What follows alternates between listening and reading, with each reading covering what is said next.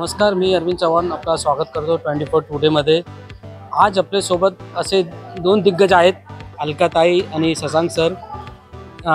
त्यांचा एक सेन्सिटिव्ह आपण ते म्हणजे विषय म्हणू शकतो।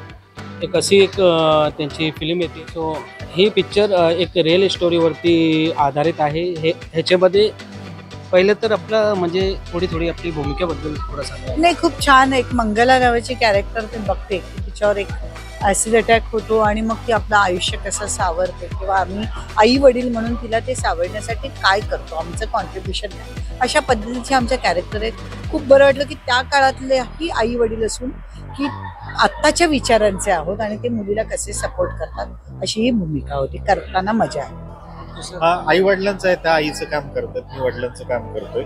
मंगलाचं काम आपली शिवाली परब करते आणि तिच्या सपोर्टसाठी उभे राहिलेले आई वडिलाचं काम आहे। तुम्ही फर्स्ट टाइम म्हणजे तुम्ही मॅम सोबत फर्स्ट टाइम काम केलं आहे।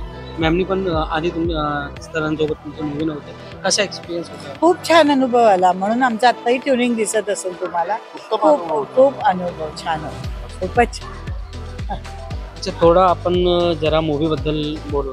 म्हणजे मूवी सेन्सिटिव्ह जसं आहे, एक नॉर्मल असं बघायला गेलं की आपले मराठीचे मूवी वेगळे असतात आणि हे जरा एक वेगळी आहे, एक हिंदी स्टोरी आहे याच्यामध्ये।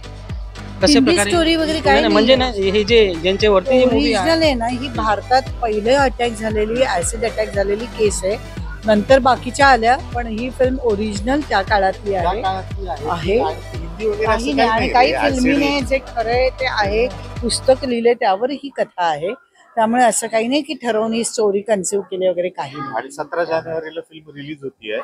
सगळ्यांना प्रेक्षकांना नम्र विनंती आहे, येऊन थिएटरमध्ये येऊन हा चित्रपट नक्की बघा। थँक्यू। थँक्यू।